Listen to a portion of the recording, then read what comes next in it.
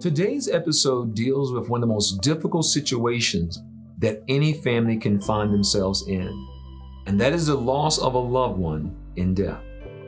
In today's episode, our guest that we interviewed experienced two tragedies: the loss of one brother in a motorcycle accident and the loss of another brother by means of suicide.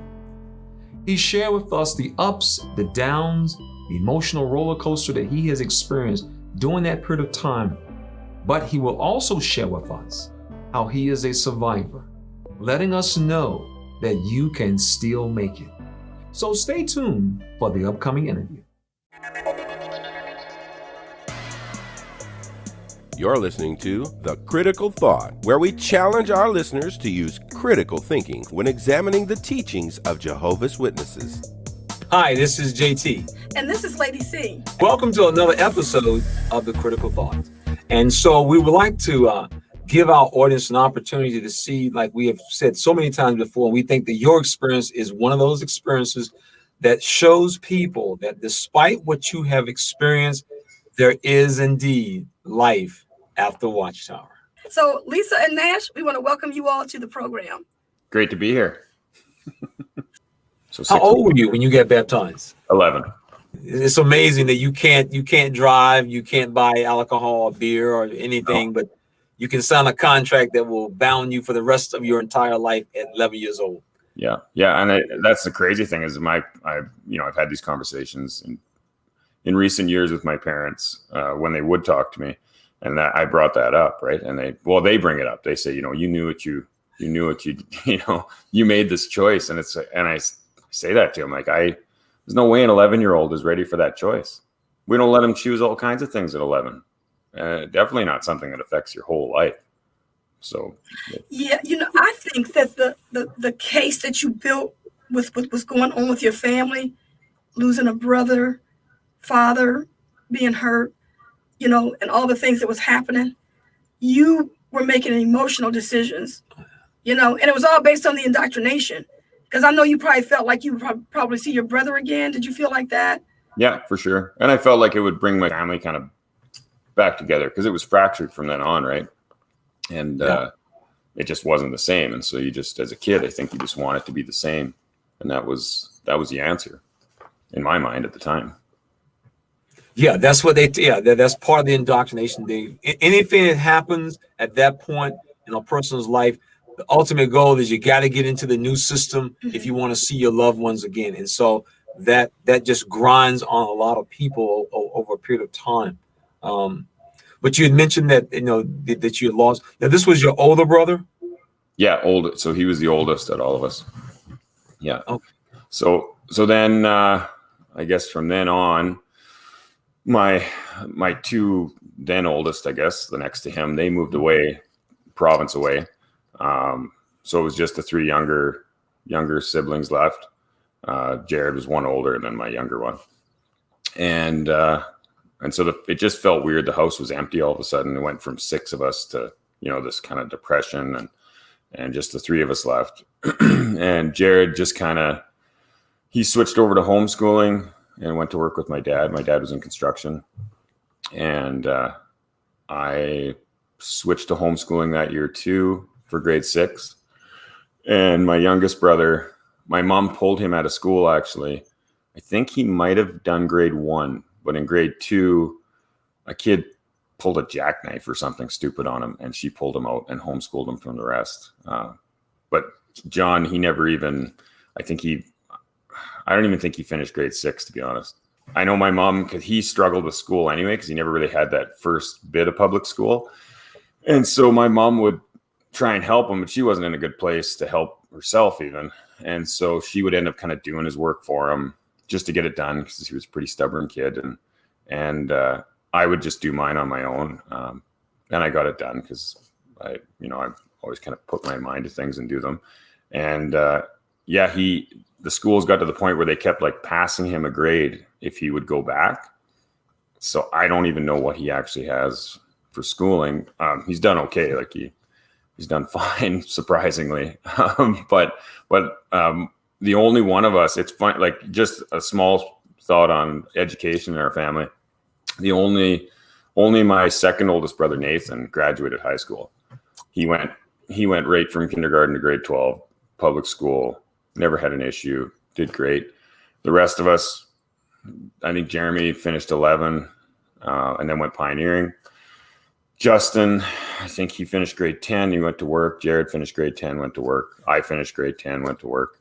And it was just, that was fine. My parents they always left it as like a choice, like you should get to high school and then it's up to you because the system's, it's not going to last. Like there was no thought to your future, in that sort of way, right? You didn't think about retirement. You didn't think about your education helping you as far as your livelihood. And you certainly didn't think about finances. You just thought about working enough to get by in the system because it wasn't going to be here long. Yeah. Yeah, that's true. So now, of course, they say hindsight is 20/20, but looking back on it, what would be your recommendation to people who are facing the same situation that you are? If they have a choice over homeschooling or not, what would you recommend them to do? Oh, stay in school for sure. Yeah, I don't even just it's not even the education part of it, but the whole just getting to know other kids and dealing with teachers and shaping your goals in a way that makes you think about your future. Not so we're just so short-sighted as witnesses that you don't plan for anything, and you don't experience anything because I wanted to grow up fast for some reason. And so at grade 10, I was already at the point where I was wanting to finish, be done with school, be working, looking towards having a family. And I don't know, how old are you in grade 10? 14. 14. Yeah, 14. Yeah. 14, 15, yeah. So it's too young to be, to be at that point. But that whole getting baptized at 11, and then I was taking steps before I should have been. And then you're an adult all of a sudden. Yeah. So. I mean, this is the story of the personal story is just amazing because as I'm listening to this, everything we know now is going to impact a person down the road. Lisa, let me ask you this question because, you've never been one of Jehovah's Witnesses, but when you would hear Nash relate his personal life experience, as you look back from your personal background, whatever church you may belong to, your family, when you heard this, what did you think? There's certain things that I just had no idea that was a part of that. The education thing actually really surprised me. I had no idea that there was no value put on post-secondary I grew up with two sisters, so three girls, and we were always, I think we just all knew we would go to college and that's what our parents wanted for us. And they helped us get there and because it was important. And you never know what life's going to bring you and where you're going to end up. And you need to have something to fall back on. I went to school for nursing and then my other sister's a nurse and the other one's a speech pathologist. But it's nice to know that we all have careers and something to fall back on if things go wrong Yeah. And it makes you feel like you have an important role in a place. Not that staying home with the kids isn't an important role. I did that for quite a few years with my kids, but it is nice to have a grown-up job to go to. And I worry for his girls because they already talk about not wanting to go to school and it's going to take too long, and they're not even really sure why yet, but they're just being told that. So we try our best to push how important it is. But they're already both kind of I don't want to go to college. And that's hard to hear, I think. Yeah. Anything with schooling involved right away, they're already, oh, that's too many years school. They're not to the point, their mom doesn't do the whole, you should be a pioneer thing. I haven't heard that yet, thankfully, but they definitely, when we talk about careers or future, Eden will right away just be nope, that's too many years in school. if it's anything that has to do with school, she's just, no, I don't want to do that. I want to work at McDonald's and she doesn't even like, it's frustrating to watch because she doesn't realize what's going on there. That's that culture that's being bred into her where they make you not want to make that choice. It's crazy that they can do that. They don't have to tell you. They just make you know, you don't go to college. Yeah, we on our website, in a lot of the videos we do, we stress, the two aspects of witness life, the teachings and the culture. If you do a little research, it's amazing. You go all the way back to Charles Taze Russell. And Charles Taze Russell, in his day, he was actually telling parents, don't send your kids to high school. Don't waste going to high school. So what that lets you understand better is that from the very inception of this religious group, their disdain for higher education has always been there. It's nothing new. And so when you hear a witness try to deny that as a religious denomination, they discourage higher education, they try to downplay it because they try to be very specific. They say, well, we're not banned from going to college. Well, who in the world bans their children from going to college? We're talking about, do you encourage it or do you discourage it? And so that's kind of what you run into many times. Well, with Mackenzie and her. Yeah, we've seen that. And me and my niece went through the same thing. She, I remember it was a big deal in the family because they all of a sudden said, she went to her parents and said, I don't want to be a witness anymore because I want to be a school teacher. I want to go to university and be a teacher. And the family rallied around, and all of a sudden they said, you don't have to leave just to go to college. You could still do that if you really wanted to, but just take some time and think about it, and really weigh your options. And then they got an older sister in there, and she studied with her, and everybody just surrounded her. And next thing you know, she's not going. She's still working at McDonald's, and she didn't go to university. She stayed a witness, and that was 4 years ago. And it's all, yeah. And now it is real. That's for sure. Yeah.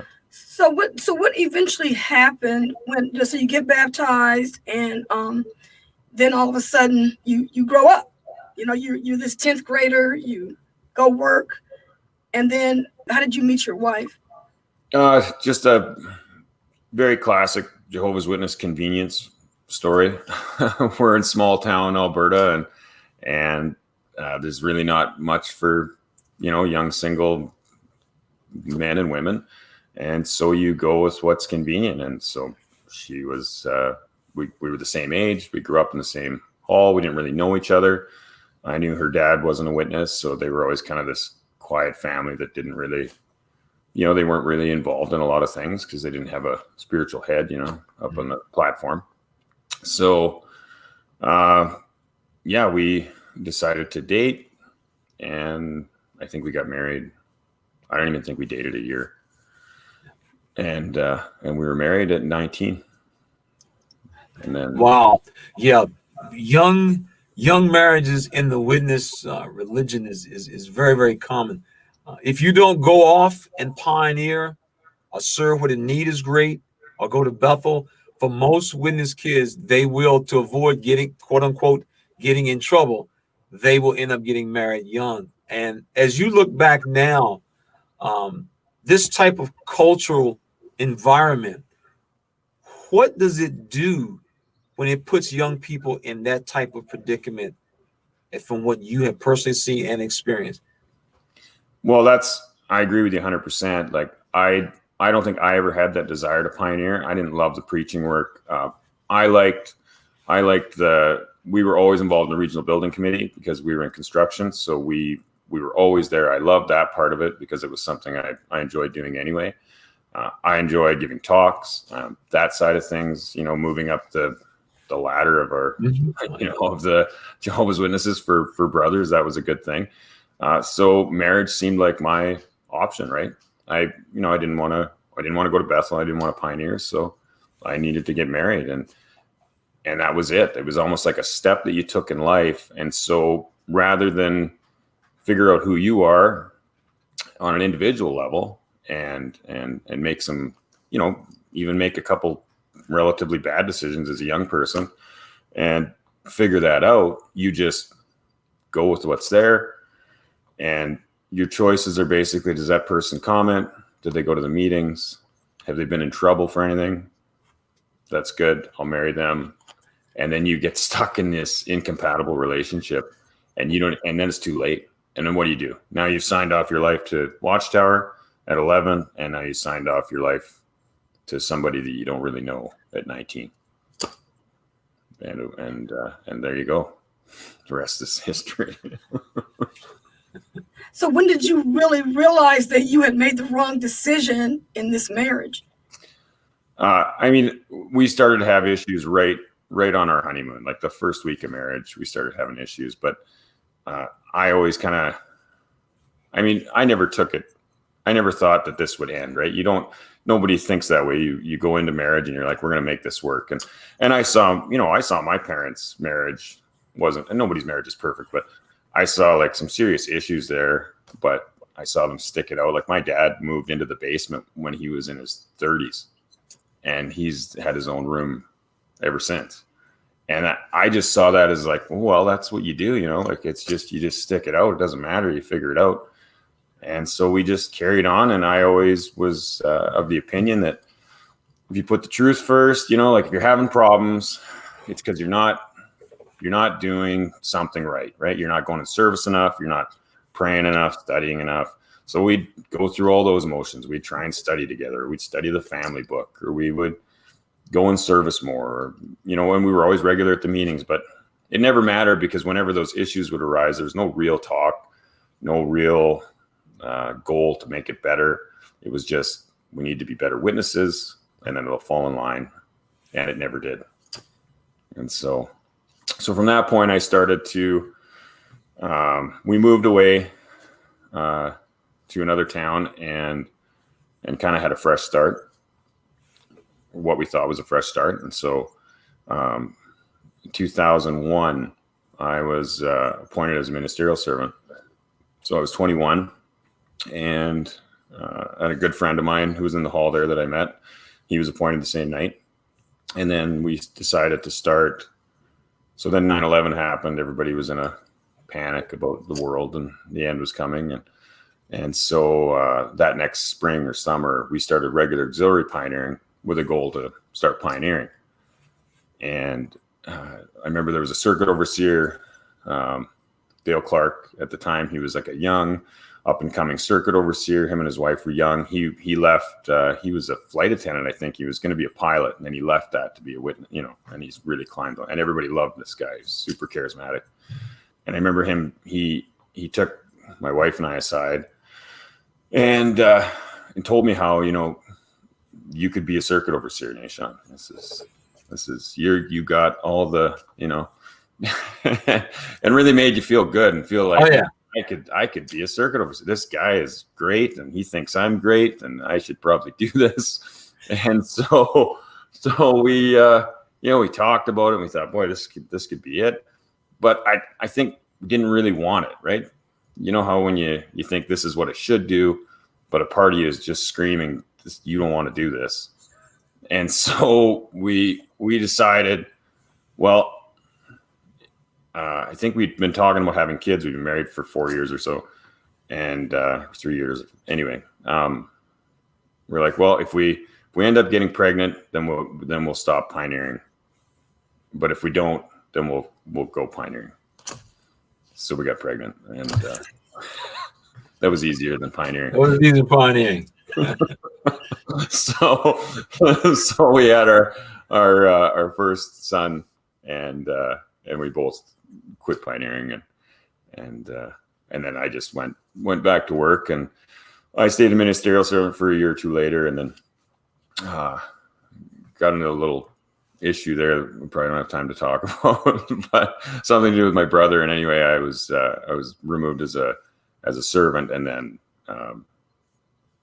just I never worked towards getting appointed again. Yeah. We were always regular, and I was never regular in service. We always went to all the meetings, but like at that point we were we were really giving her, we were up at the assembly parts. I was in the drama that year when, and my wife at the time was a week overdue with the baby. And I was in the drama that day, which was ridiculous. And so then we just kind of fell into that mold of the witness family that just kind of went to the meetings and went to service and had kids. And that was what we did. So how many kids did you end up having then? Well, I have 4 now altogether. I had three at that point that were all fairly close in age. But so we decided to move back home, back where our families were, our parents were. And Jared and I worked together, my older brother, in Grand Prairie where we were. And then we decided in 2005, there was some acreage lots for sale back home.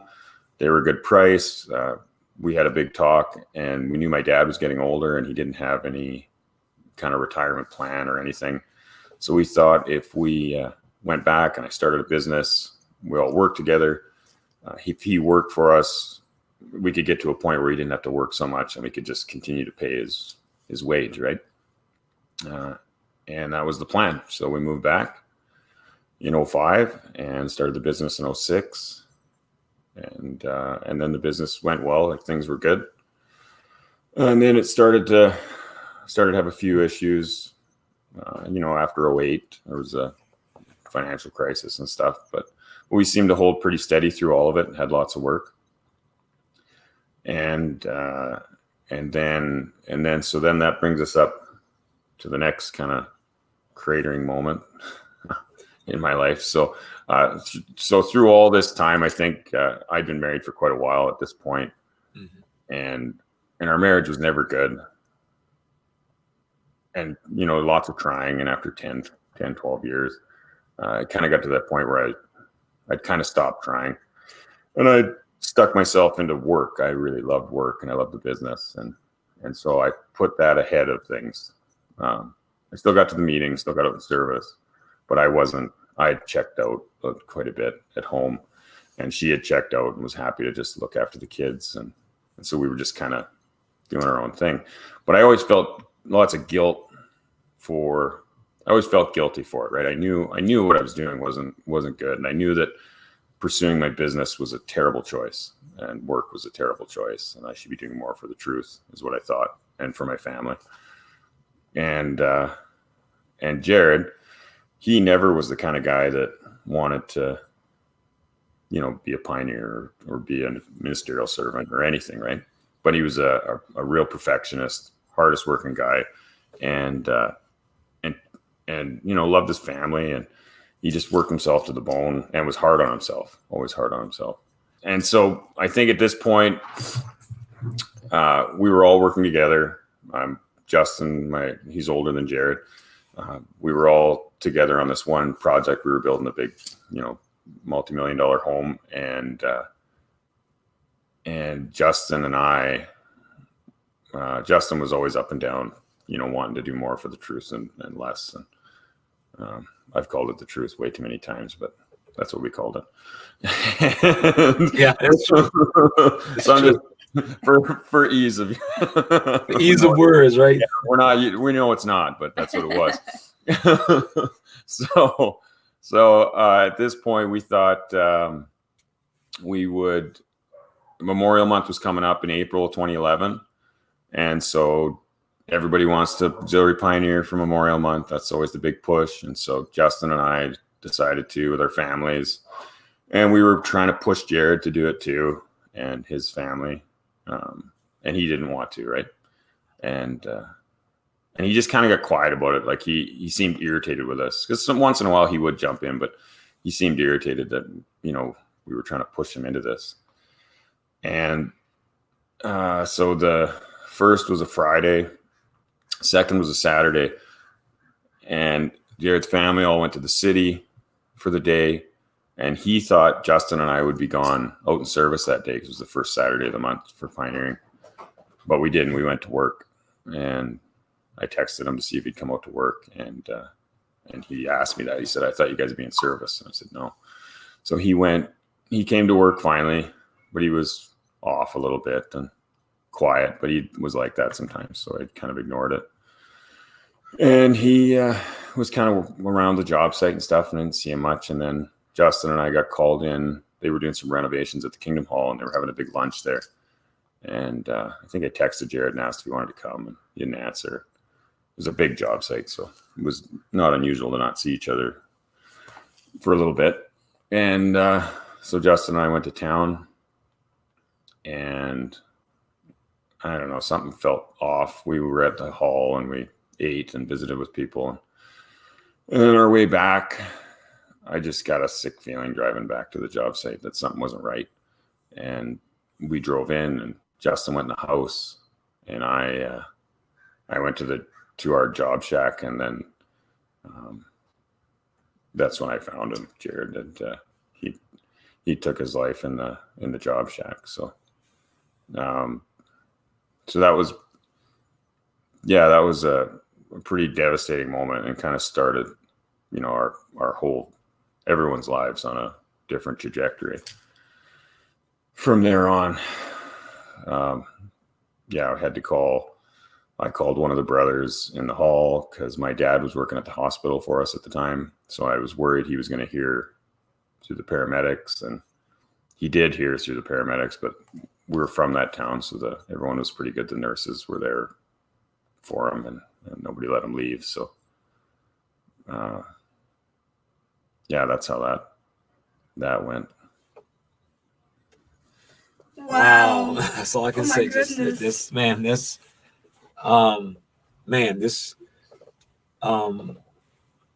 That really, that personal experience. This is why we think people need to be aware of how the culture, the internal pressure, the need to always do more, jump higher, run faster. It is unrelenting. And for people who find themselves under this pressure, it can literally push them, as in the case in your family, literally over the edge. Mental health, concerned about people's well-being. These things are not something that the organization has ever addressed and dealt with well, because so many of the things that people have to deal with in this organization, unfortunately, they're actually artificially created.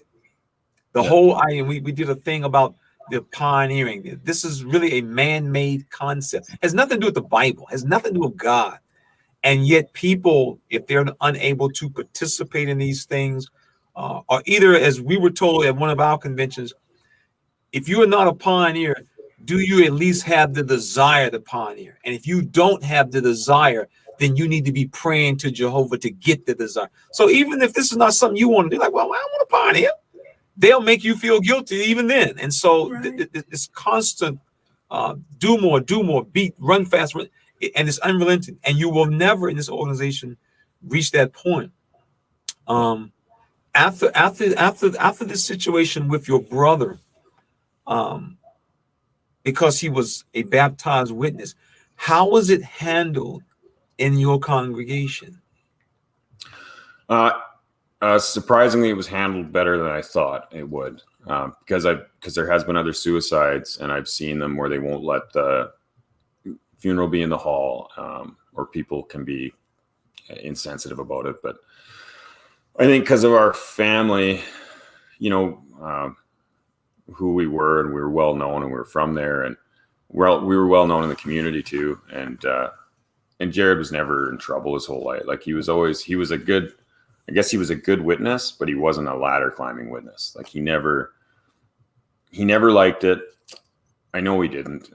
He didn't like to be early for the meetings. He liked to leave right after. He never commented. He didn't, but he did it because he felt he had to, and he believed it.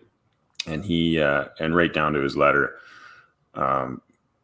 he talks about doing more for Jehovah, he's telling his wife and kids to love Jehovah and make sure they put him first, like he couldn't. So he always had that guilt, that shame. He just couldn't, he didn't have the desire to do it. he felt awful because he didn't have the desire to do it. And he didn't know what to do with himself because he felt like there was something inherently wrong with him for not wanting it. Because this is it, right? This is the answer. Like who doesn't want the answer? There's something wrong with you. And I remember him having people talk to him like that, like, Jared, you just gotta go to more meetings. You just gotta have a family study with your family. Like this will fix everything. And it didn't. And that's where he ended up. Yeah. So they had a big funeral at the Kingdom Hall. The hall was full. They rented the community center and the school gym, and it was full too. And they streamed it over to there because the community came and lots of people came. But that is so amazing. That's amazing. Yeah, but it was a classic Jehovah's Witness funeral, right? It was about 3 minutes about Jared, and then it was just a propaganda sales pitch and a heart-wrenching song for everybody to cry about and come join our religion. Right. Yeah, we tell people this is what the person would have wanted you to do. Obviously Jared was not disfellowshipped when he committed suicide. No. And a lot of the times when we're online, we'll hear that that's what drove people to suicide. And so did you all notice anything about Jared other than just him not wanting to do Jehovah's Witness stuff that could have given you, tipped you off that something could be wrong? I don't think we thought anything could be that wrong. We knew he struggled, and he did talk to us sometimes, Justin and I, and my dad. He had the usual, he had some family issues that had gone on. Some of the stuff was hidden. Nobody really knew about it until after. He had some marital issues that were pretty normal, nothing extraordinary. But there wasn't like for all intents and purposes, Jared seemed like, he seemed like he'd pull through. Like he seemed like that guy that he always made people laugh, and he was funny and upbeat and just super driven. So it was unexpected. Once you look back, then you can say, oh yeah, that should have, I should have took that more serious or whatever. Right.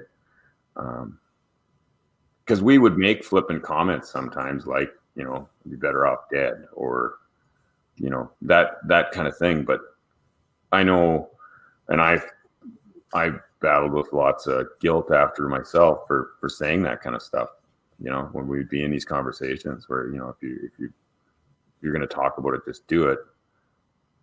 Which looking back now, I can't believe I even said that kind of stuff, but it just seems so unbelievable or so like just not a possibility to me at the time that we just thought, don't stop looking for attention or why would you say that? Like you're not going to do that.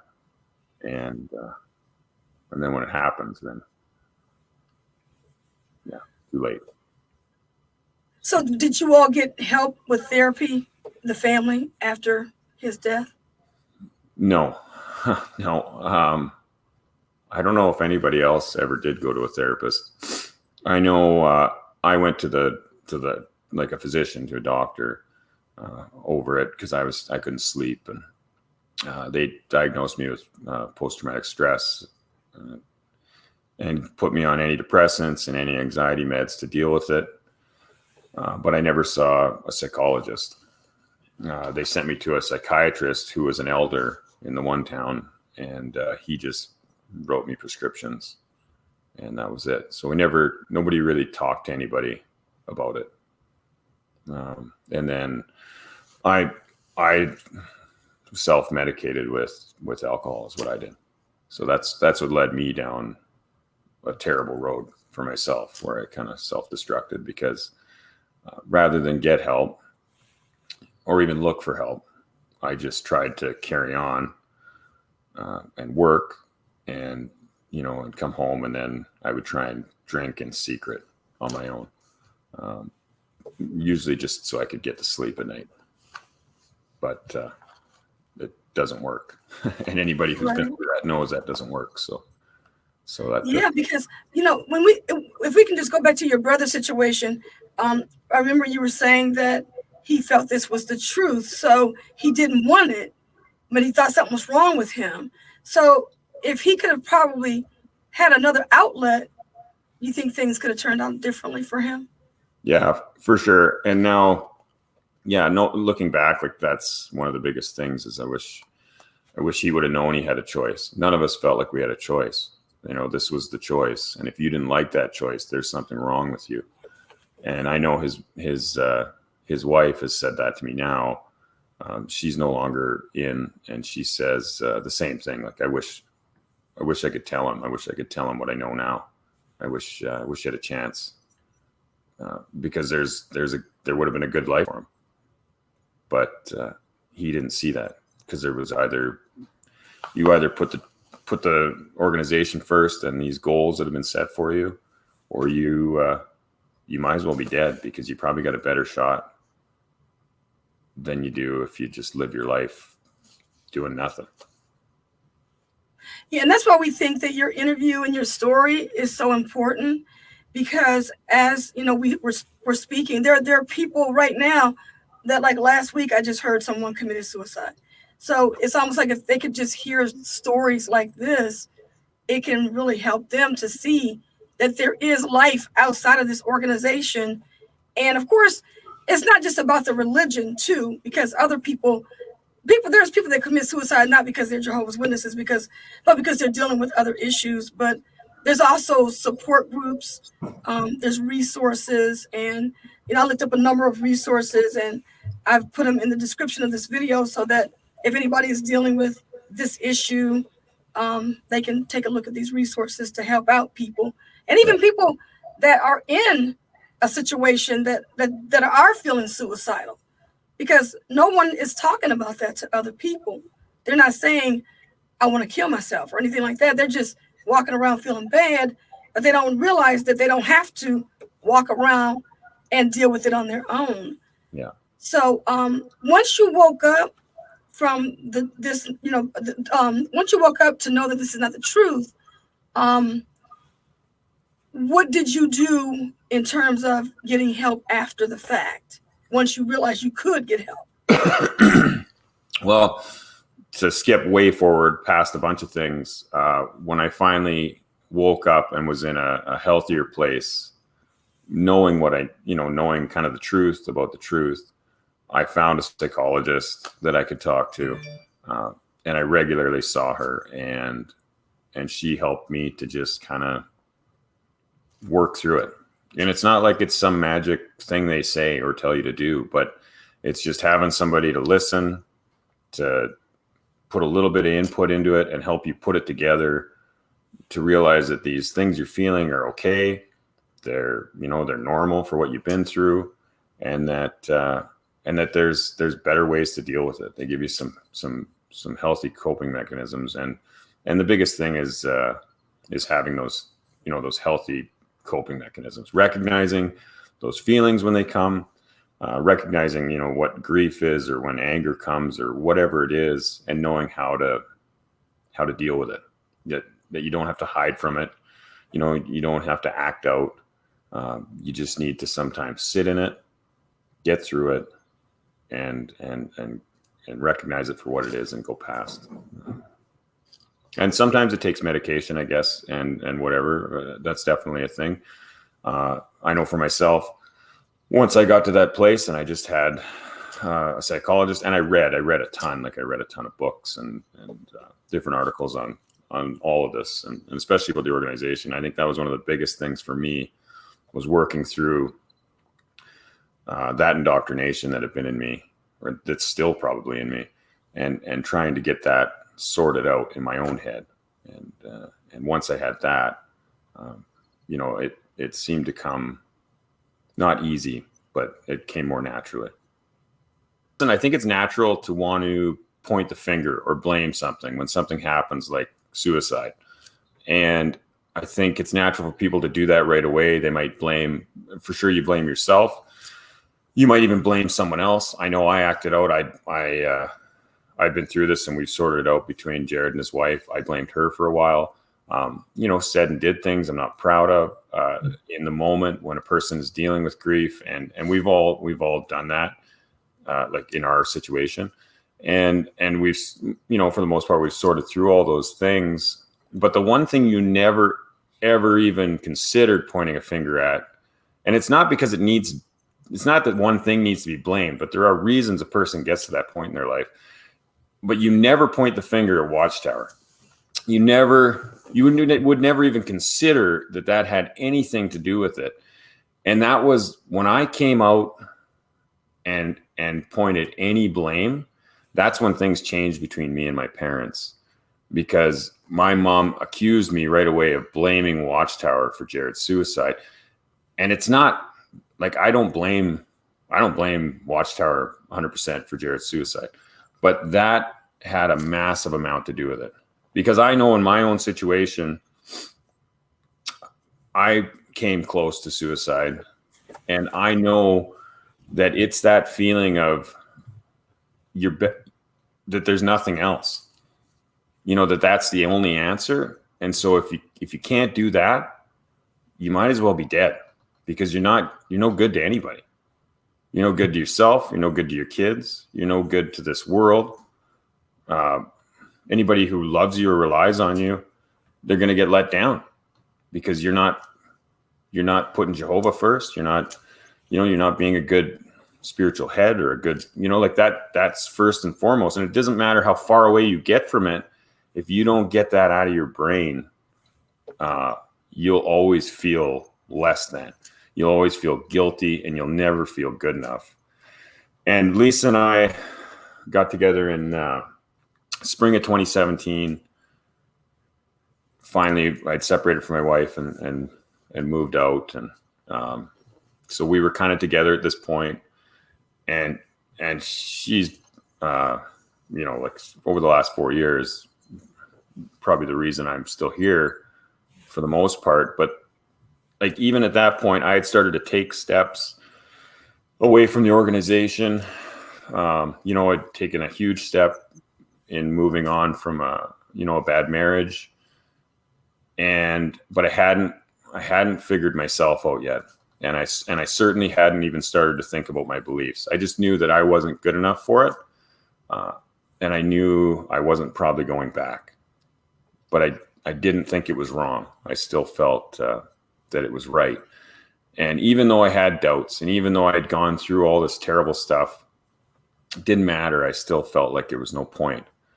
And so, so now I'm in this relationship, which is a great relationship.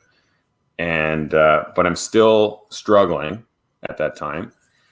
And so I'm still drinking, but now I think I kind of got it under control, because I feel pretty good most of the time, but I don't. And I'm just ignoring it. And I'm not seeing a psychologist yet at this point. Maybe the odd time. I don't think I saw her then. No, I don't think so. No. So still thinking I kind of got this under control. I can do it. Maybe I can just live life and be happy and live out my life and whatever, hopefully my kids get to paradise. So that made me pull back from my kids, because I felt like I wasn't doing them any good. Everybody was shunning me at this point, so none of that mattered. And, but now I got this person that I love and who relies on me. And a part of me feels tons of guilt for not being good enough for her either. Because now I know I'm bringing her down with me. We're going to die together, because Armageddon's coming. It's any day. And that just kept, no matter what happened, it seemed like no matter how many steps I'd take forward, I kept just taking steps back, and drinking just continued to be a problem for me, drinking in secret. And it didn't matter. And looking back, like there was lots of reasons to be happy.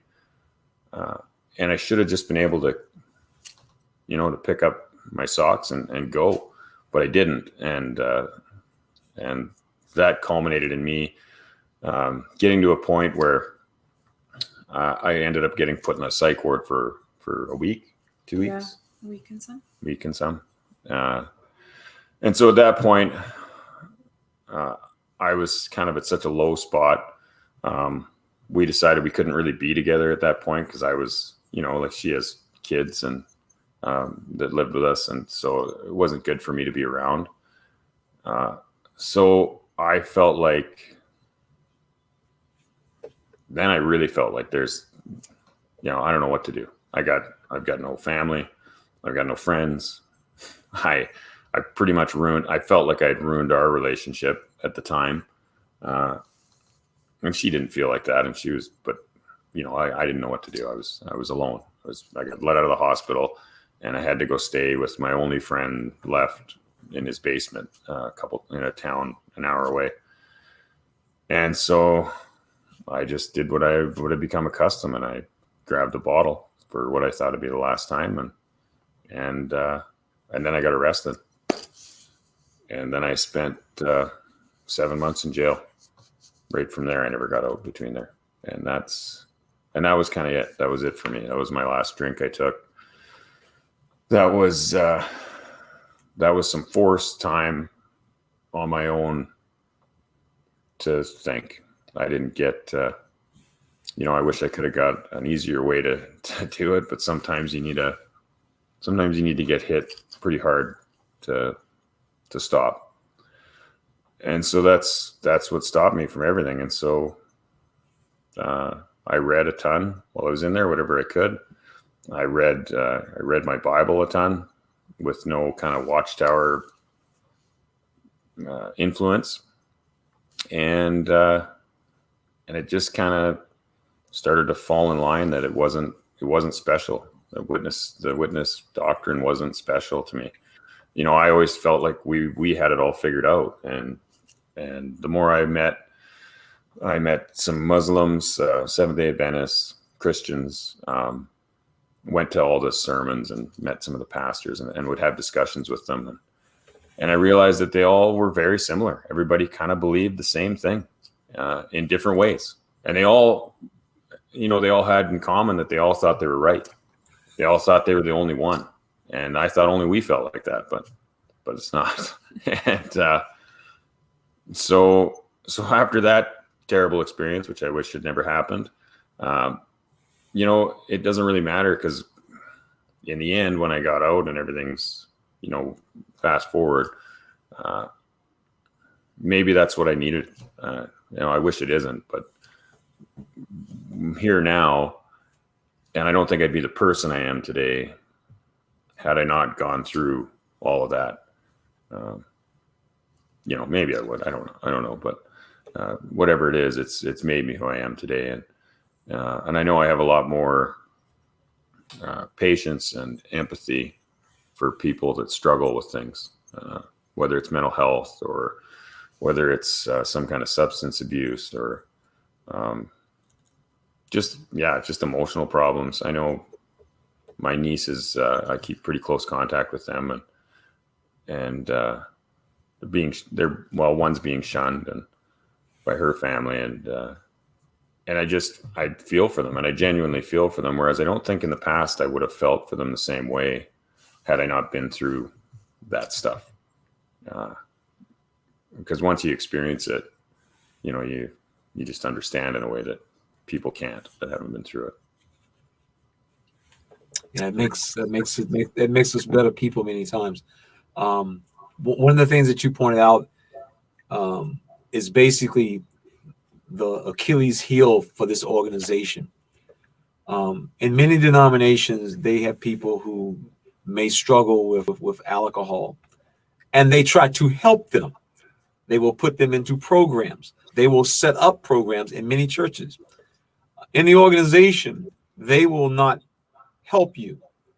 Perfect example, a person comes in and the elders will meet with a person and they will say, well, tell me, Joe, how many times did you get drunk in the past 30 days? And the person will be honest and say, I got drunk 4 times this past month. Now, the person doesn't realize that part of the elders' training is to see, can we build a case that you are making this a practice? Yeah. And so the person is thinking, I'm being honest with the elders, letting them know what I'm going through. And he says, well, I got drunk 4 times this month. And the elders like, this is a practice. Brother's making a practice of this. Brother's got a practice of this. Well, you see, that's because the elders have no training. See, if they were actually professionals in the field, they wouldn't find that shocking or unusual at all for someone who is struggling with this issue. But because they are not trained, you know, it's as if elders are the jack of all trades, but they're the masters of none. And so they now are going to use this literally as the basis to disfellowship a person, because the Watchtower teaches if the person is involved in a practice, those are the grounds for disfellowshipping. When in fact, the person got drunk 4 times because he's dealing with something. The elders are not trained to look for, well, what is the underlying reason? Is something going on in your life, Joe? Is something happening? They're not trained for that. Yeah. So you have these untrained men who are going to render a decision that is going to impact the person's life for decades, destroy families.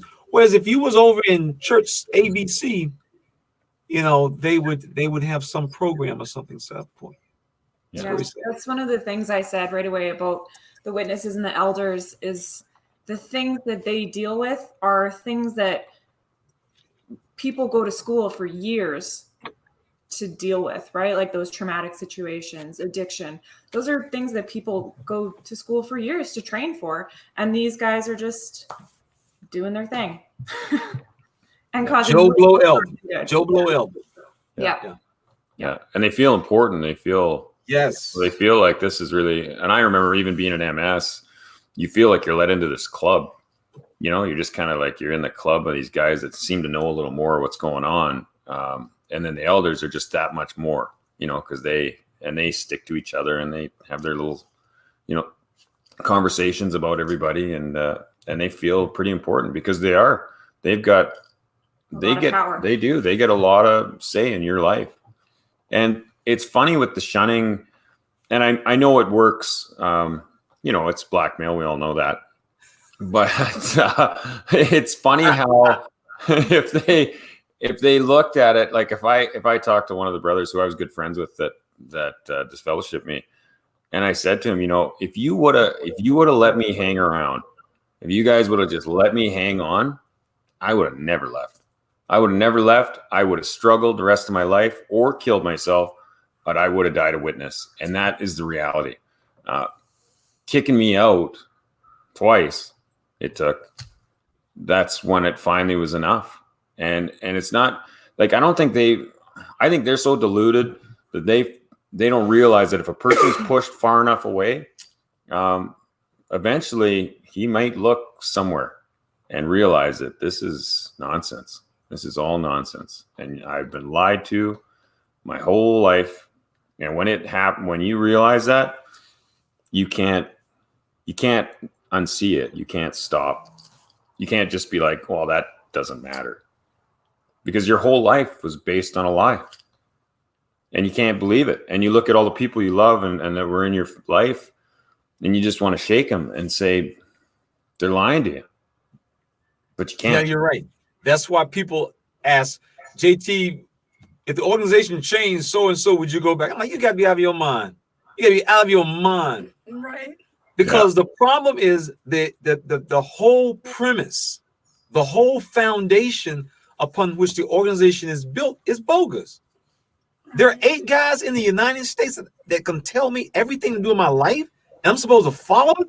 So once you get down to the foundation, the core, you know, you're built. You're there with nothing. So you know, I tell people, I can go back. These same guys, no, absolutely not. No. You know. Right. So Lisa, what was your biggest challenge in helping Nash out in your relationship? Oh, which one?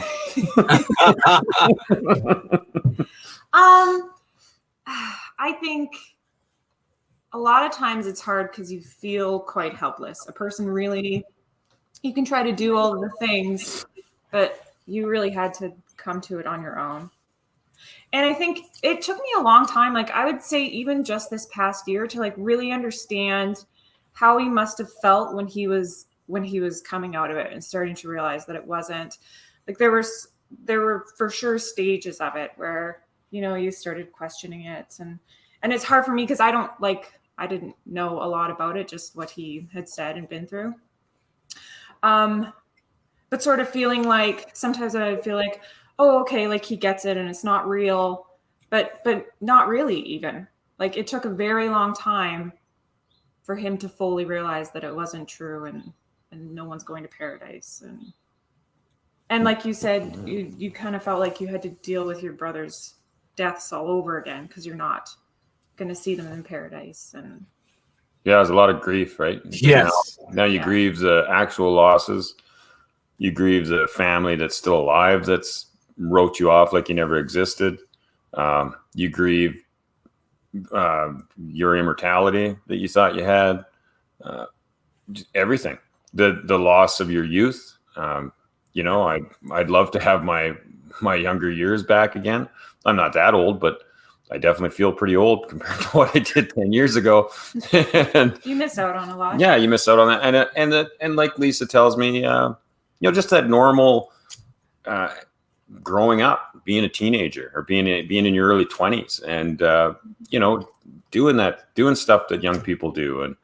And I see it a lot, people my age that get out and they'll go off the rails and try to get that back, like they want to party, they want to do all that. And I'm thankful I never, despite all of my stupidity and missteps, I never felt that that loss in that way that I needed to go do that. Right. I didn't need to start hitting strip clubs and doing coke and, trying every bloody thing you could think of that some people go do to make up for something that I never had. Right. Because the reality is, Lisa wasn't doing hard drugs and, how we think that that's exactly right. We think the worldly people are in their early 20s. We see these pictures in the Watchtower and everybody's got, needles and cash and, it's dark and smoky and it's like, that's what you think the world is, but it's not. They may get drunk once in a while when they're young and party a bit and nobody, and that's it, but it's not the focus of their life. It's just a little stage in their life and they keep moving and things keep going forward. And we get stuck in this rut sometimes where we think that that's what the world is and that's what I'm going to be. And you're not that. Like, you don't have to be that. That's an excellent point. That's an absolutely excellent point. And Lisa, my wife and I, the reason we wanted to have you on the show is because there are a lot of people that we have talked to, that we have worked with, that we've gone out with dinner and had over to the house and conversations with, who are in your exact situation. And I think it's good to see persons like yourself. We have talked to so many people, even right now, just a few days ago, not too long, people who they are married to a former Jehovah's Witness. And for them, it is a very challenging situation because your family and your friends, if you try to talk to them and tell them now it's going to be secondhand, they'll look at you like, girl, I don't know what you into. And so we want to just commend you because whether you realize it or not, and we talk about this all the time, individuals like you're able to bring and help a former witness find stability, because that's what they need in their life, is someone who can bring a perspective to the table that's not built on just being a former witness themselves. So and the dynamics are different with every person. Some people, they leave, they marry another former witness, and some they leave and they may marry someone who's not.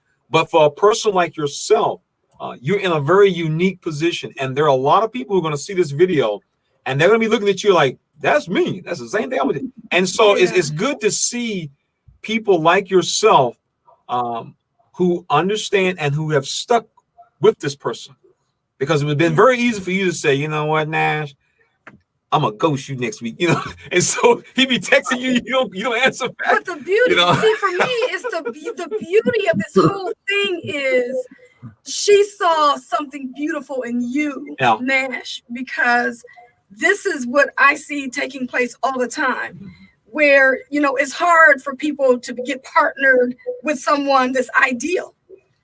And what I'm seeing a lot of times is there's a lot of Jehovah's Witnesses, they wake up and then people find out, hey, look, this is a good person. And they're not going to, let you go, get out of their life, And so they see those qualities because there's some positive things about our upbringing, the kind of people we are as well. After we left the religion, we're still the same people, that we were when we were Jehovah's Witnesses. So we didn't throw everything out, with the bathwater kind of thing. Yeah, that's an excellent point because, and this is just my personal opinion, at the core, the average Jehovah's Witness is a very good person because it takes a good person to put up with this type of stuff. Yeah. And so we've talked to a lot of people who they have gotten involved with, like a witness man. He's taught a certain way. A witness woman is taught a certain way. And some of the qualities that we are taught, they will make a good spouse or a good husband or a good wife. And so when people like yourself meet them, like, this is an honest man. This guy's honest. He's an honest man. And so people get to see that. And so I think it's very important that we don't leave persons like yourself out because you're not out. Everything that he goes through, you go through. I mean, that's just the way it is, especially, when you're in a relationship. Yeah.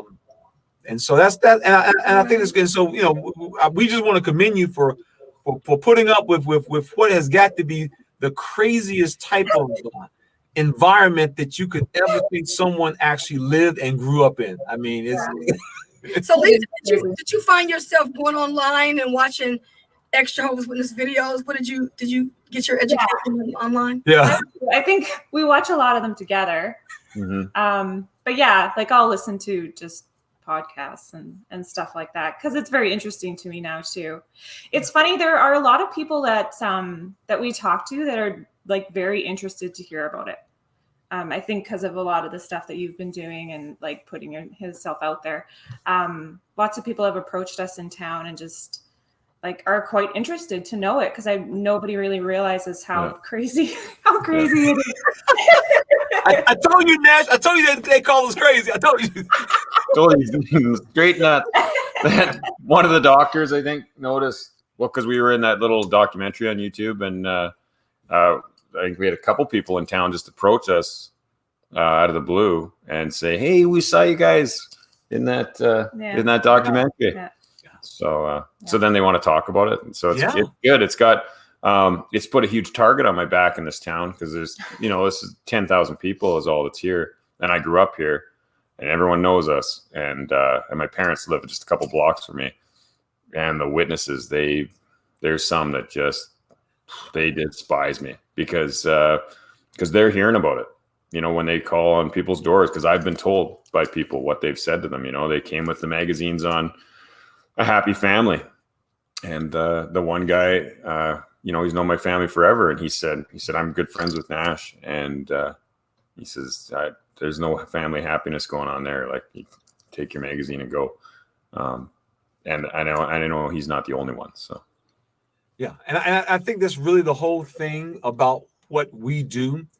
I will tell people all the time when we talk about this. If a person wants to become one of Jehovah's Witnesses, that's a personal choice. I'm not gonna. I would never. In fact, I would never tell anyone to leave the organization, and I would never tell anyone not to study with Jehovah's Witnesses. But what I would say, we are consumers. We consume information, products, and services. It is important that before you become one of Jehovah's Witnesses, that you know both sides. Yeah. And if you know both sides, and then you decide to become a witness, then great. But like so many people, like your parents, my parents, because I've asked my folks, if they had known what they know now, they said we never became a witness. Right. So when people, it's like buying a product. If you buy a product and you didn't know this thing was no good, would you have bought it? Absolutely not. Yeah. So that's the whole thing about what we try to do. We let people look. This is what goes on behind the curtain. If you as an individual have no problem with this kind of stuff going on behind the curtain, then you're more than welcome to join. Yeah. But if you want to know, well, what are these people really about? Then we're going to tell you. We're going to let you, as we say, we're going to let you see the good, the bad, and the ugly. And like you mentioned, people in your town, they now got a chance to literally take a peek behind the curtain. And for many people, once they peek behind that curtain, they're like, what's out front is just a facade. It's just a facade. Yeah. You know. See, I like what Nash said. See, Nash has got a credibility with someone in the community that knows a person. And I feel like because that person was able to see you as an individual, I feel like they were able to then look at the Jehovah's Witnesses and realize that they were the lie, not you. And so, like you were saying before, you know, we felt like we were wrong because we didn't want the Watchtower. But then when you step away from the religion, make friends and be the true person that you are, and then the Jehovah's Witness comes and says, look, we are happy people, then they're like, no, this is not true. You know, so you were able to do a reverse witness in town. Yeah. And the crazy thing is, with my history in these last few years, you know, like, it's not a nice track record. On paper, it looks bad. Like there's some, you know, some terrible things that happen. And the reality is, now that I've been open about it, and pretty much everyone knows, and I don't try to hide it. Like, it's not like a big secret. You know, I feel like I have, remember, we always say freeness of speech, right? Freeness of speech when you're a brother, that's your thing. But I feel like I actually have freeness of speech, because I'm not pretending to be something I'm not. And I'm not trying to hide my past. And I don't run around advertising all the terrible things I did. But the reality is that I don't pretend like it never happened. And I don't pretend I'm somebody I'm not. And I know so many times as a witness, people that would like do things, move halls, and kind of hide from it. And that's, you know, I understand. But the reality is, like, that's just the way it was, because as a witness, you have this portrayal of yourself, and that's what you want everyone to see. That's what you want the world to see. You want to give a good witness, right? You want to make sure everybody sees that you're this perfect person, and that's not the person you are. You know, and it's different when I come out and now making different friends and worldly people, as we call them. That was a funny one to me too. That was a funny. I know. Yeah, that's kind of cool. He's worldly. Yeah, it's like, super. oh, okay. I'm so worldly. I'm so worldly. But they have you know, people in general have more of an understanding that, or more of an appreciation for people that go through things and get better, or, you know, or grow as an individual, or learn from their mistakes. And as witnesses, and it was interesting getting disfellowshipped and reinstated. That taught me that too. You're never looked at the same when you come back in. It doesn't matter what you did. It doesn't matter if you served your time for it with them. It doesn't matter. You never get back on the same playing field unless you move away somewhere where nobody knows about it and years have passed. You're going to be looked differently. And regular people don't do that. In reality, there's a lot of good people out there that want to prop you up for seeing what you've recovered from, or the good you've done. And I've had you know, like some sincere people that you know, worldly people that knew me growing up that I never had any close contact with, but now have gotten to know. And, you know, they've offered to be my, you know, I've had these ladies say they want to be my mom or whatever, right? Because they know that my parents shunned me. And these are just people that, like, you know, you're told that worldly people they're no real friends. They're just out to get you. They want your money. They want something from you. They always want something from you. They don't want anything from you. They don't want nothing from you. They don't expect anything from you, and they don't require anything from you. And it's totally different than what we thought. It's an adjustment when you leave, because we were given such a warped value system of people and issues and things. And so, like you were saying, for most people who find out that you may have had an issue, they're like, okay, that's cool, and move on. And you're like, well, I did so and so. Okay, it's fine, let's move on. But like the witness, oh no, you're not gonna move. We're gonna hold you right here. That's Yeah. because the witnesses are trained to Yeah. to spot wrongdoing. Yeah. Like we were talking this morning about how when you are a Jehovah's Witness, you're always on some kind of radar where people are looking to see if something looks like it's like you've committed an offense against the organization. And you could just be walking out of a store and some man could have walked out before you did, and they could have swore up and down that you guys were together. You were walking a little too close to him, and there could be something going on, stuff like that. Yeah. And it's just terrible. They were doing a lot of talking. They were walking down the sidewalk. I saw it. In fact, I'll give you a perfect example. We had a situation when I was in New York, and I was at Bethel. Circus here was talking about how the witness culture is just so crazy. Guy came out of a restaurant, and he was a worldly guy. He had a beard. A sister hugged him, and some witnesses saw it. And so what did they do? Well, Sister So-and-so was out with a worldly man in a hotel, in a restaurant, and they had lunch or whatever together. What it turned out was it was her brother. He was in town. He said, I want to grab lunch. But the witnesses, they saw this and they just went on. We had another brother. He worked for the city of New York. He worked for the health department. His job was to test water. That was what he'd go to restaurants and, test the water.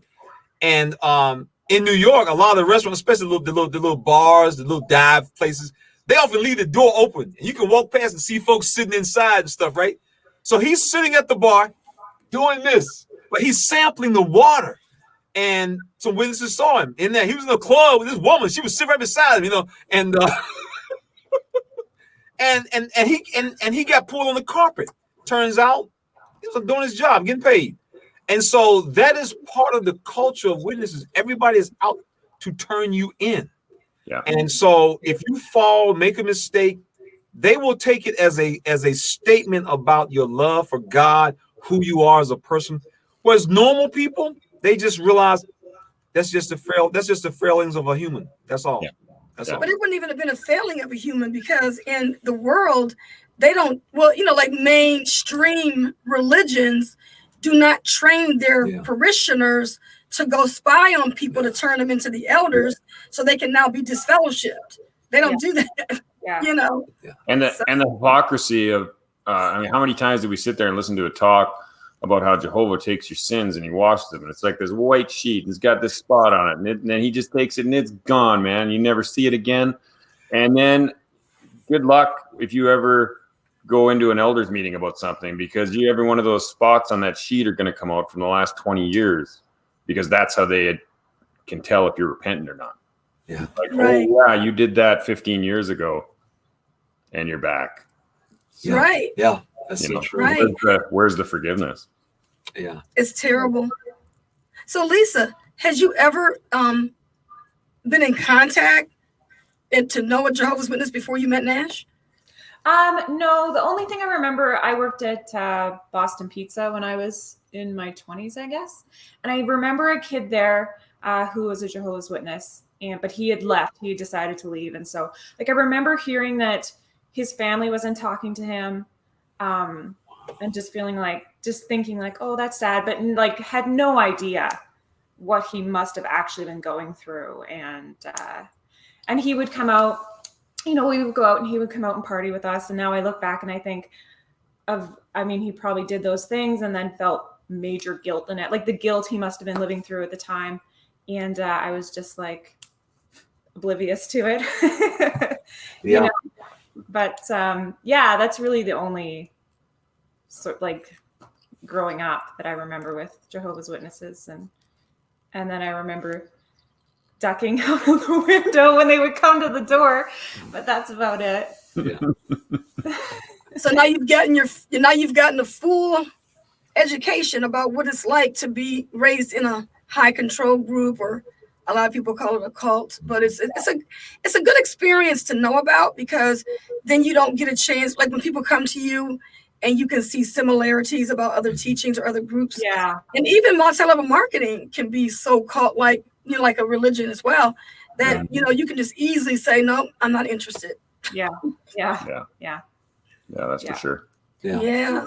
There's I feel a lot of anger for him all the time towards his family, and There's been times we just opened a store here in March, and Nash was sort of saying how, you know, he wishes his parents could be there and be a part of it, and was missing them. I could tell was missing them.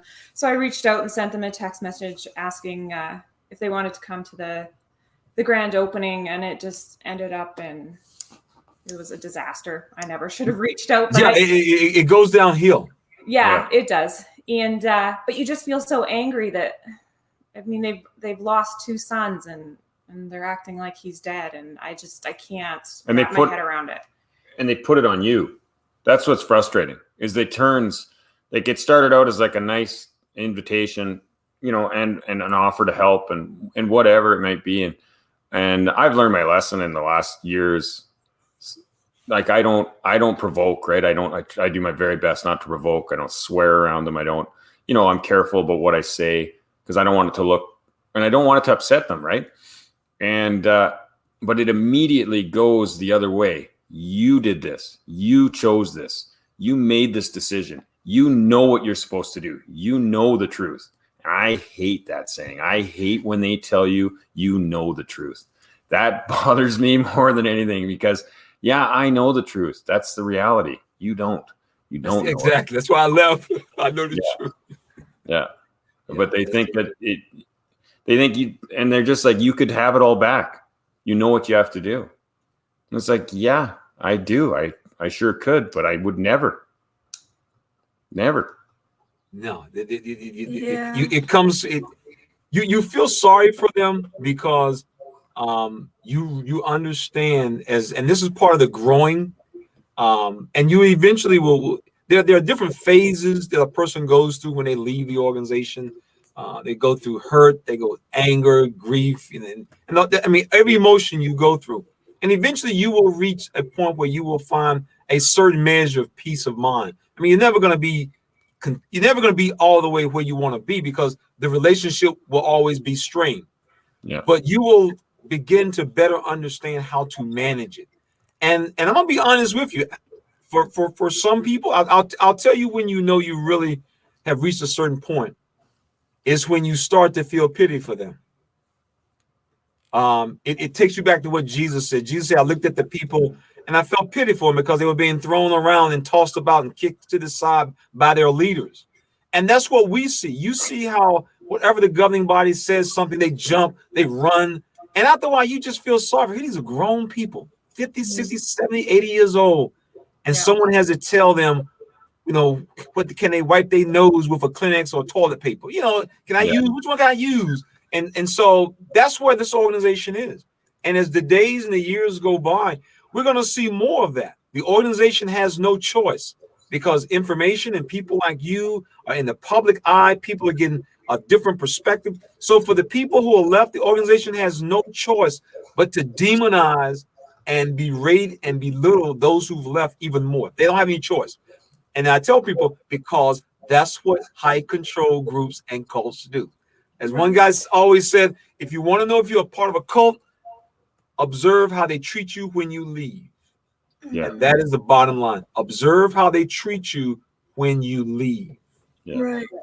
Yeah. So do you have any final comments that you'd like to make to the listening audience about your overall experience? And both you and Lisa, you know, what you would want people to also take away from your experience? I don't know. I think for me, the biggest thing, I guess, and the reason I wanted to tell my story, and there's a lot more to tell, but the reality is that I hope I can help people avoid the pitfalls that I went through. I hear these stories of these people, these, you know, folks that get out, even in your guys' case, for conscientious reasons. You realize it's not the truth and you leave. And man, I just sit there and I'm like, I wish that was me. I wish I would have done that.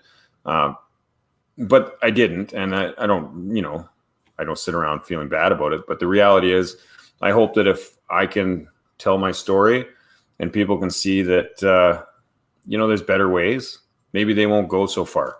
Or maybe they'll realize that because they've made some mistakes, it doesn't mean it's over. You don't have to quit. You don't have to stop.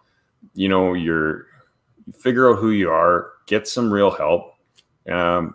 and you get lucky sometimes. I'm, like Lisa stuck with me through more than she should have, and more than most people would. And I'm pretty lucky to have her.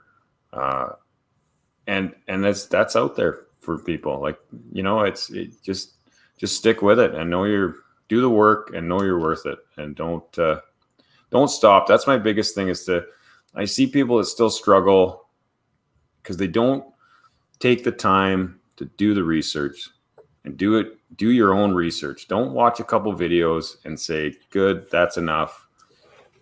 Read about it. Really do it. Like, really do it until you know in your heart that this is not what I thought it was. And you don't have to have all the answers. You don't have to research until you have an answer for everything, because you probably won't. But you need to figure out that what you thought you knew isn't what it is. And once you know that, you can start to take steps in your life in another direction. But if that's always there, it's like an anchor, and it will just drag you back. Doesn't matter how hard you push, it'll drag you down. And so I think that's my biggest thing is make sure you don't just think you're moving on, because you're not if you don't do the work. Right. Excellent point. Excellent point. How about you, Lisa? I think it's good having like people like you, and the people that speak out are such a huge part of it. Because I think when people get out, they're so isolated. They don't have anybody to talk to, and it's important we're lucky that we have this stuff now, and that people can go on and see that they're not the only ones. And because it'd be a pretty lonely place when you get kicked out like that all by yourself. Excellent. Yeah, very good. Well, very thank good you point. so much for coming out and telling your story, because I think it's so compelling. And I think that so many people can resonate with what you're saying. Even people who call themselves PMO, physically in but mentally out, they really rely on these type of videos because they're like at a tipping point and they just don't know which way to go. And when they see and hear experiences like this, it really helps them. Yeah, that's the whole point of what we try to do, and we just want to thank you guys for taking the time, giving us the time to interview you guys and share your experience. And we believe it will help people, because we have seen this over and over. The positive results of seeing someone who has gone through what someone else has gone through, seeing yourself through other people, it gives people the encouragement that they need. I can make it too, and that's really all we want to try to do, is just let people know you do not have to give up. Hang in there. That's right. All right. All right. For sure. This has been JT. And this has been Lady C. Thanks for having you and being in our audience today. All right. All right. Thank you guys so much, man. Y'all guys' experience, man, is just deep. Very, very interesting. Yeah, Very it's just deep. And now the only thing we gotta do is hope this thing was recorded. oh yeah. Can you imagine? Oh my God. Hey, this is Lady C. Thank you for tuning in to The Critical Thought. We appreciate having you in our audience. Not only that, but we invite you to subscribe to our channel and be sure to hit that bell so that you can receive notifications when we upload new content. Be sure to follow us on Facebook and Twitter, and give us a thumbs up if you like this video. Thank you for being in our audience.